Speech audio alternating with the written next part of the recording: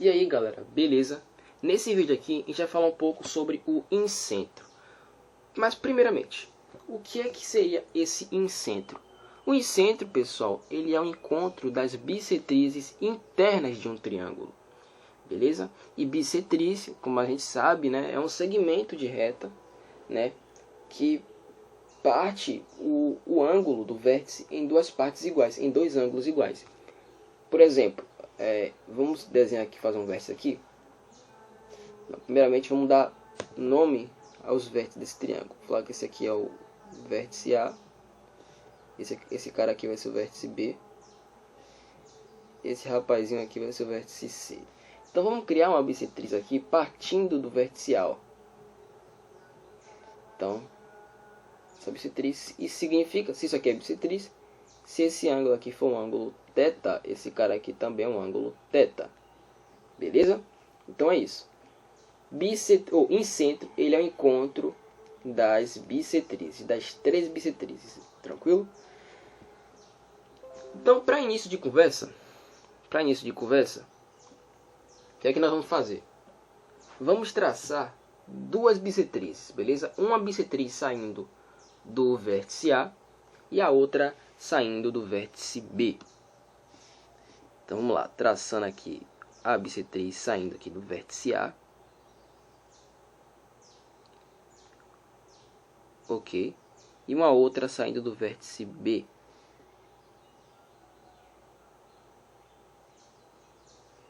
Qual vai ser a nossa conversa aqui?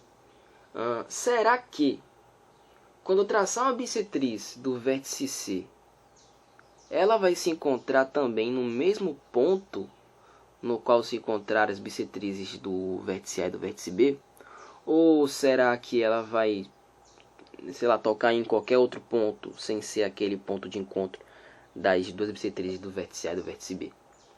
Essa vai ser a nossa conversa. Então a gente vai descobrir aonde que, né, essa terceira bissetriz vai parar. Tranquilo? Essa vai ser a nossa conversa de hoje. Então vamos lá, olha.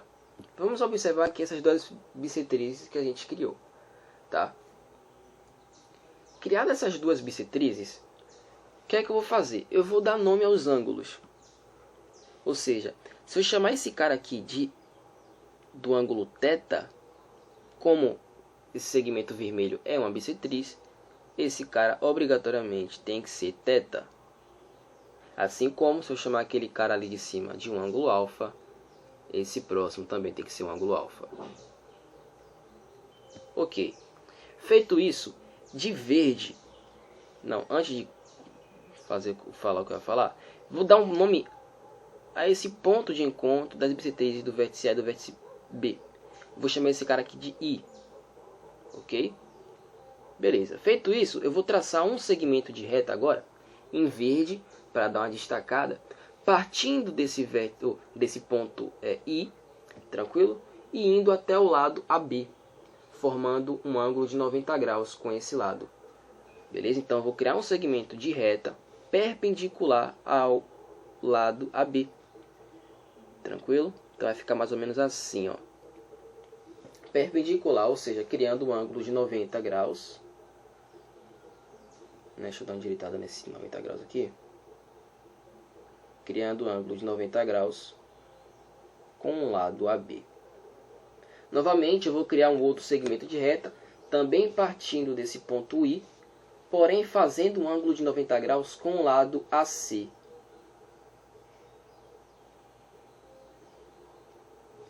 Então ele vai estar aqui, fazendo ângulo de 90 graus.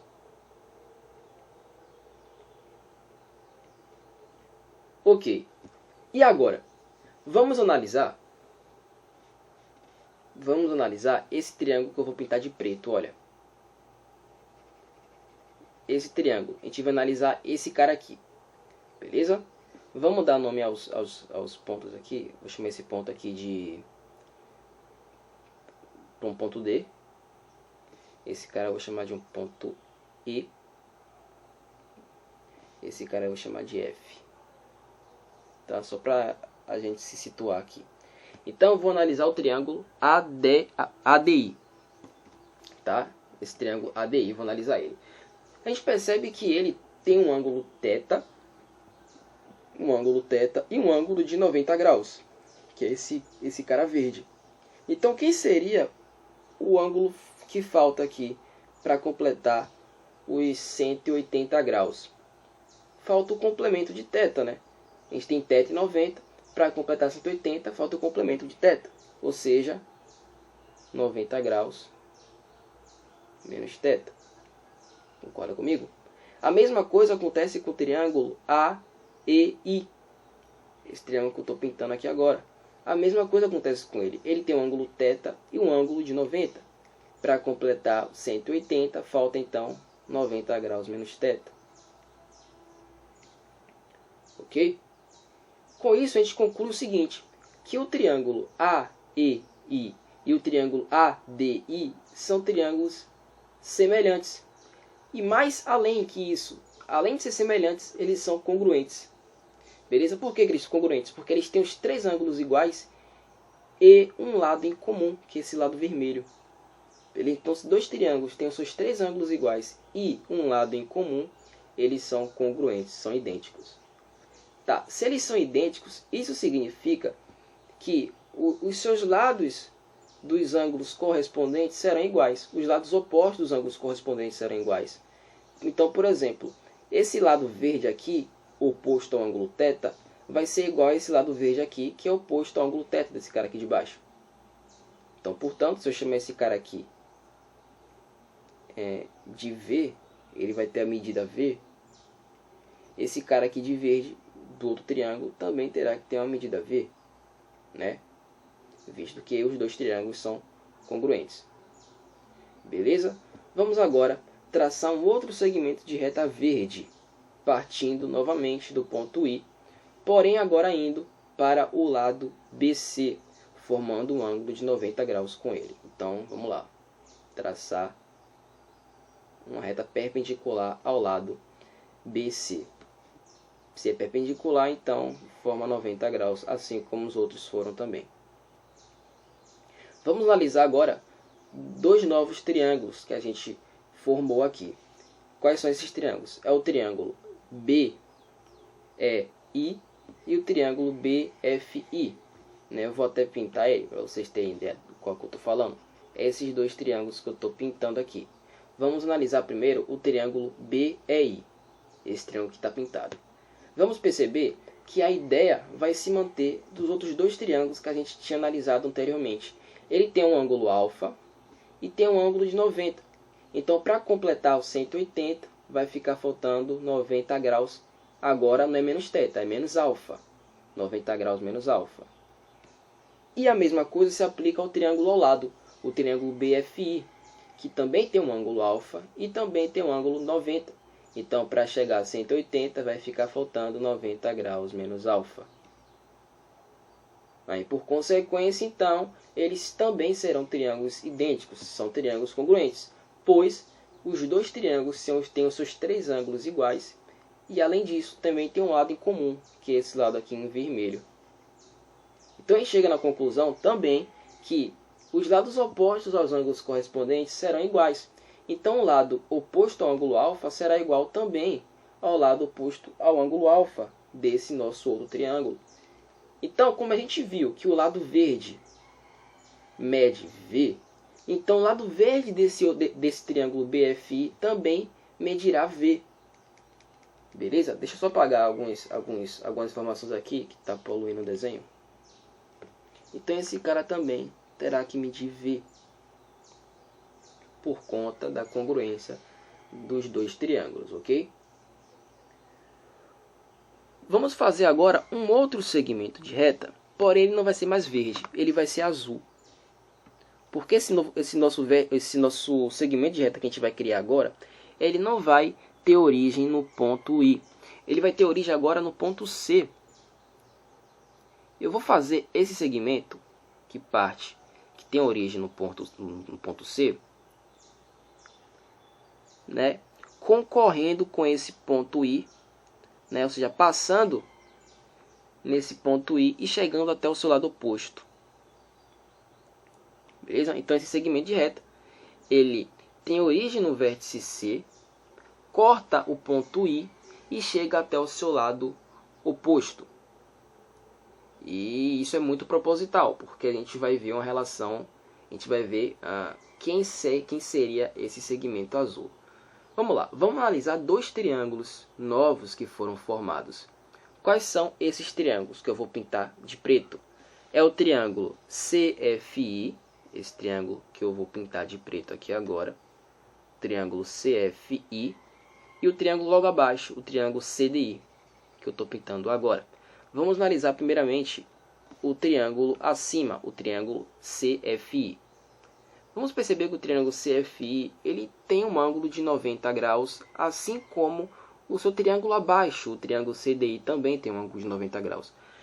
Se os dois têm um ângulo de 90 graus, isso não basta para que eu diga que eles são triângulos congruentes.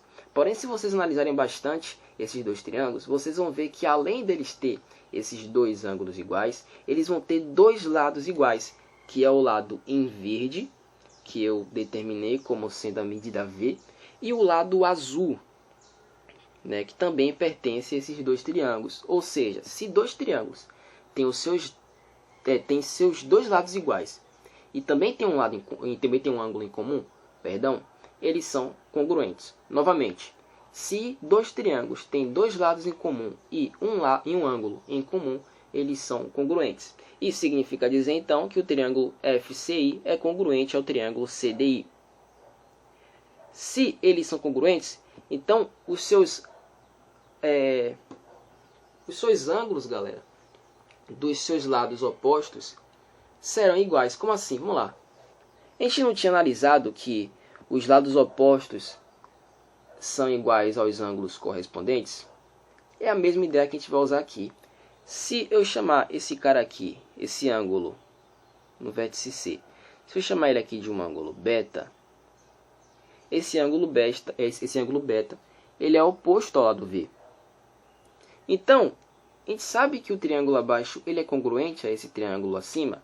Qual que seria o ângulo oposto a esse lado V? Obviamente, seria também um ângulo beta. Consegue entender isso aí? Obviamente, isso é bem intuitivo, né? Seguindo a ideia que a gente estava falando antes. Beleza? Então, os dois ângulos são ângulo beta. O que é que isso significa, galera? Que esse segmento em azul, ele é bissetriz do vértice C. E ele é bissetriz que também corta o ponto I. Que também corta o ponto de encontro do vértice, da bissetriz do vértice A e do vértice B. Ou seja, o que é que significa isso tudo? Que as três bissetrizes internas de um triângulo se encontram em um único ponto. E esse ponto é o que a gente chama de incentro, marcado pela letra I. Então, essa é uma prova, essa é uma demonstração que, por exemplo, não tem como uma bissetriz, não tem como uma terceira bissetriz tocar em um outro ponto a não ser o incentro, ok? O ponto de intersecção é ele. Né? Então, não existe nenhum caso onde não tenha ponto de intersecção. Tá? Todas as bissetrizes internas de um triângulo se tocam em um único ponto, que é o incentro, ok? É isso. Vamos aqui para uma curiosidadezinha, que vai ser interessante. Vamos apagar algumas coisas aqui, só para o desenho não ficar muito poluído.